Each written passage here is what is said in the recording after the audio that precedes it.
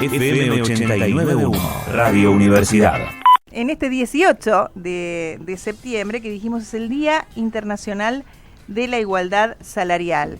Es una fecha que Naciones Unidas pensó junto con las agencias de ONU Mujeres y la Organización Internacional del Trabajo, la OIT, que estableció este día con el objetivo de invitar a los Estados miembros a promover la igualdad de remuneración en trabajos de igual valor y la independencia económica de las mujeres. En Argentina, desde la creación del primer Ministerio de las Mujeres, Géneros y Diversidad de la Nación, en diciembre del 2019, y esperando que esto continúe, hay equipos de trabajo dedicados justamente a la elaboración de diagnósticos y políticas públicas para reducir las desigualdades de género en todos los ámbitos. Y a ver, si vamos a algunos números, aquí en la Argentina, de acuerdo con un informe del Ministerio en el primer trimestre de este año, la tasa de actividad alcanzó el 52,2%, un récord histórico desde que comenzaron a publicarse los registros de la encuesta permanente de hogares. Esta cifra, ¿no?, corresponde al desempleo, a la actividad, que registraron las mujeres, un 52,2%, con una reducción interanual del 0,5% en el desempleo y del 3,5% en la brecha de ingresos. Pero decíamos que también, para mí una preocupación tanto mayor es poder lograr la igualdad laboral, ¿no? Teniendo en cuenta que en muchos casos hay mujeres que a lo mejor no son tomadas en un trabajo porque como están en edad reproductiva, no se tienen en cuenta sus capacidades, sino que se piensa que a lo mejor va a ser un mayor gasto, ¿no? Porque, bueno, hoy las licencias no son iguales, las tareas de cuidado siguen estando a cargo mayoritariamente de las mujeres, y digo, ¿cómo hay que seguir trabajando en algunas cuestiones que por eso merecemos que sigan estando en agenda? Así que para hablar de este tema estamos ya en contacto con Matías Cremonte, que es abogado de la Asociación Abogados o Laboralistas, que ya está en contacto con nosotros por el Día Internacional de la Igualdad Salarial. ¿Qué tal, Matías? Aquí saludamos Guillermo Toivero y Andrea Landi. ¿Cómo va? Hola, muy bien, gracias. Buenas tardes. Bueno, a ver, hacía esta introducción teniendo en cuenta que todavía hay mucho por hacer, pero hemos tenido un avance, o ¿cómo estamos al respecto?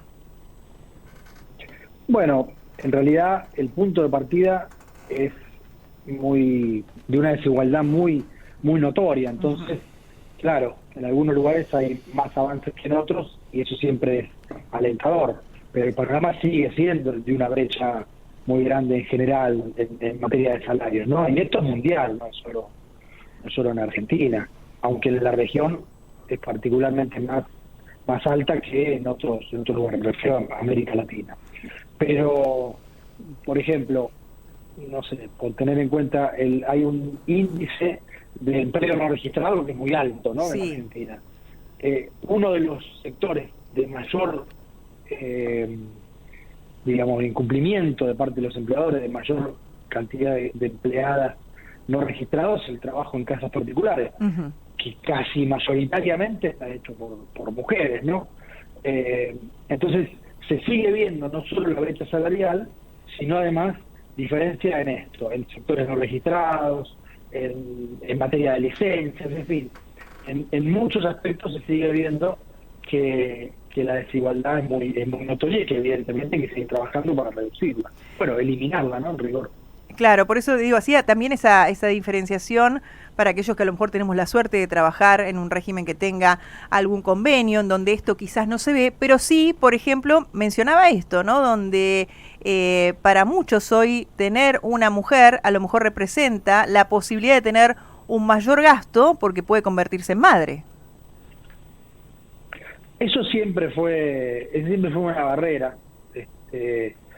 a la hora del acceso al empleo, ¿no? Las mujeres siempre tienen menos posibilidades de ser contratadas porque existe en el empleador esa idea de que, bueno, luego puede ser madre y entonces va a tener más licencias. Y justamente por eso es importante que se avance, por ejemplo, en una modificación al régimen de licencias.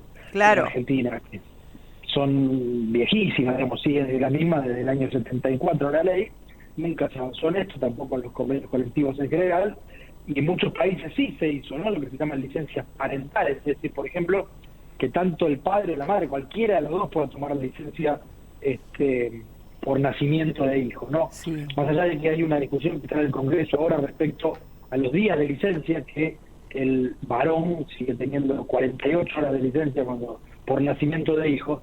Esto sería otra cosa, incluso que la licencia por maternidad la pueda tener, usufructuar también el padre, que hace cargo del cuidado de su hijo o hija, ¿no? Eso reduciría ese techo que existe ahora, ¿no? Esa barrera que existe para la contratación de mujeres. Claro, porque incluso, a ver, cuando a veces se enferma un hijo en la familia, por lo general también a lo mejor la que pide el día es la mujer, ¿no? O a un hombre también lo miran raro. Digo, hay que trabajar desde lo cultural más allá de las cuestiones concretas o políticas concretas, pero sigue siendo esto, ¿no? Como una tarea exclusivamente de la mujer. Sí, eso es evidentemente así, pero más allá de que hay que trabajar indudablemente en lo cultural, el Estado tiene mucho por hacer. Y a veces las modificaciones legislativas van primero que el cambio cultural, es decir, impulsan los cambios culturales. Entonces, por eso la importancia de que las leyes empiecen a colaborar, a impulsar estas prácticas, la modificación de estas culturas, de estas prácticas, por ejemplo, en esto que vos bien decís, ¿no? Que quien se quede a cargo del cuidado de un hijo o una hija sea mayormente la mujer y no el hombre. Y digo, sí, porque a ver, recién me mencionaste que es una pata muy importante la cuestión legislativa o esta política, una política pública que tenga que ver con poder reglamentar una ley o poner una ley en práctica. Pero acá tenemos muchas leyes, porque recién mencionaste un sector que tiene que ver con las empleadas en las casas de familia, donde hay una ley pero no se cumple.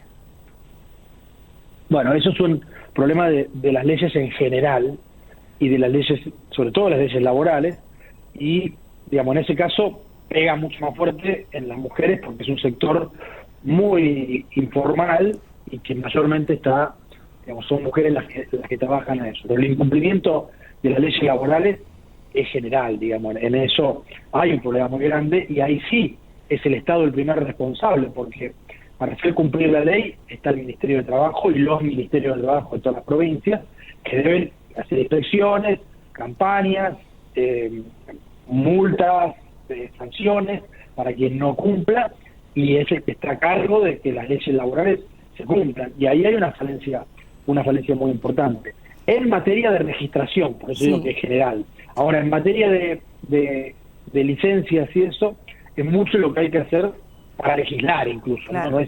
Ahí ya no hay incumplimiento, sino que no hay normativa. Por eso es importante que el Estado impulse, que el Congreso impulse esas leyes, porque de algún modo se manda un mensaje, más allá de que después puede no cumplirse, como bien decís, ocurre con muchas leyes, el hecho de que se impulse de esta manera, o incluso que se sancione una ley, bueno, habla ya de una política. Es decir, si continúa la desigualdad en ese sentido, es porque ya hay una ley que se está incumpliendo, y teóricamente es más fácil hacerla cumplir que sancionarla, ¿no? Que poner el debate cuando eso no existe.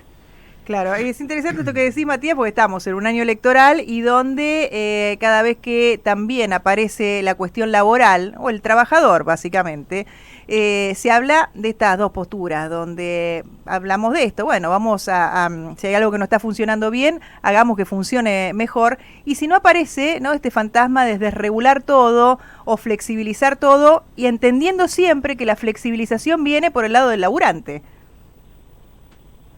Sí, eso es una realidad. Cuando estamos diciendo, estás comentando esto, ¿no? Que hay un montón de leyes que no se cumplen, que hay un montón de cosas, cuando muchas veces se escuchan en algunos lugares que la industria de los juicios, ¿no? Que lo que cuesta un trabajador para alguien que quiere tomarlo, cuando en realidad es como mucho más difuso y es complejo. Es el único caso en el que por incumplimiento de la legislación el planteo general es eliminar la legislación y no eliminar las penas. Si este debate se da con la seguridad, lo que todos esos mismos candidatos plantean son leyes más fuertes, mayores penas para los delitos. Ahora, en materia social, en materia de legislación laboral, como no se cumple la ley, mejor eliminarla. Al revés de lo que de lo que se plantea. Y ya hay experiencia, es decir, muchas veces se modificó la legislación laboral de modo regresivo, como se plantea ahora, y con el mismo fundamento, es decir, que esa va a ser la manera que crezca el empleo registrado o en que crezca el empleo en sí mismo, y la realidad demuestra en nuestra propia historia, y no hace tantos años, que cuando esto pasó no crece el empleo, todo lo contrario, ¿no? El empleo no depende de una legislación laboral ni rígida, ni flexible, ni progresiva, ni regresiva.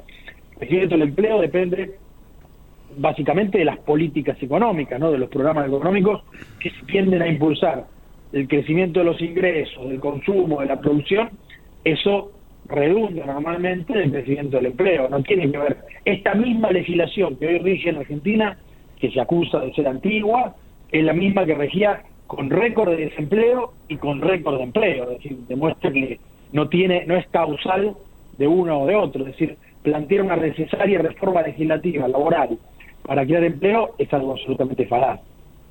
Matías, y bueno, no, para cerrar hablando justamente, ¿no?, de este día, y este día que nos invita a reflexionar sobre la igualdad salarial, dijiste, ¿no?, que partimos de una base muy baja, que está habiendo progresos, pero que todavía hace falta mucho más. ¿Y cuáles serían a lo mejor las primeras medidas que se necesitarían para poder terminar con esta brecha tan grande en cuanto a la igualdad salarial, en cuanto al empleo registrado y estas cuestiones?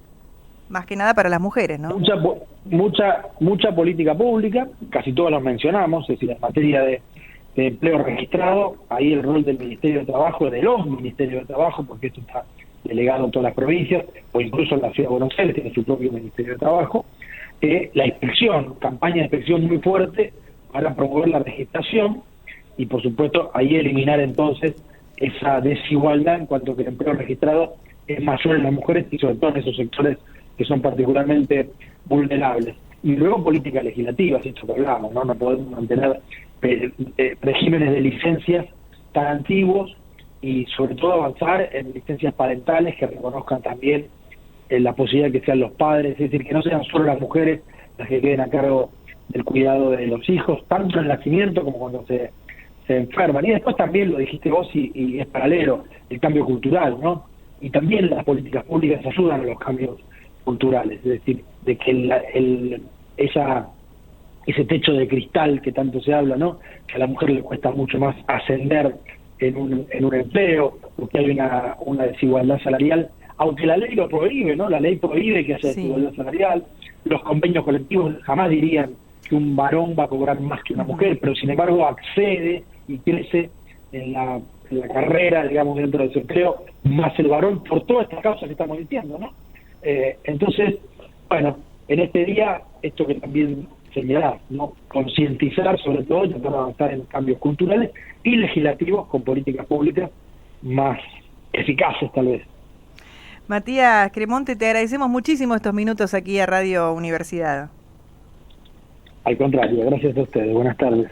Hablamos con Matías Cremonte, que es abogado de la Asociación de Abogados y Abogadas Laboralistas de ALAL, bueno, sobre esta jornada, ¿no?, que nos invita a reflexionar y a pensar cómo hay temas en los que hay que seguir trabajando y que lo mucho poco que se logró, donde todavía, como nos decía Matías, falta, que no se corte.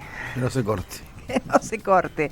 En todo caso, pidamos, ¿no?, que se implemente lo que ya está, reforzar lo que falta, pero no demos pasos para atrás, porque no hay forma de negociar libremente cuando alguien que está necesitando laburar está en desigualdad de condiciones, ¿no?, y está más condiciones. Desde la Universidad Nacional de La Matanza, Radio Universidad FM 89.1. Siempre cerca.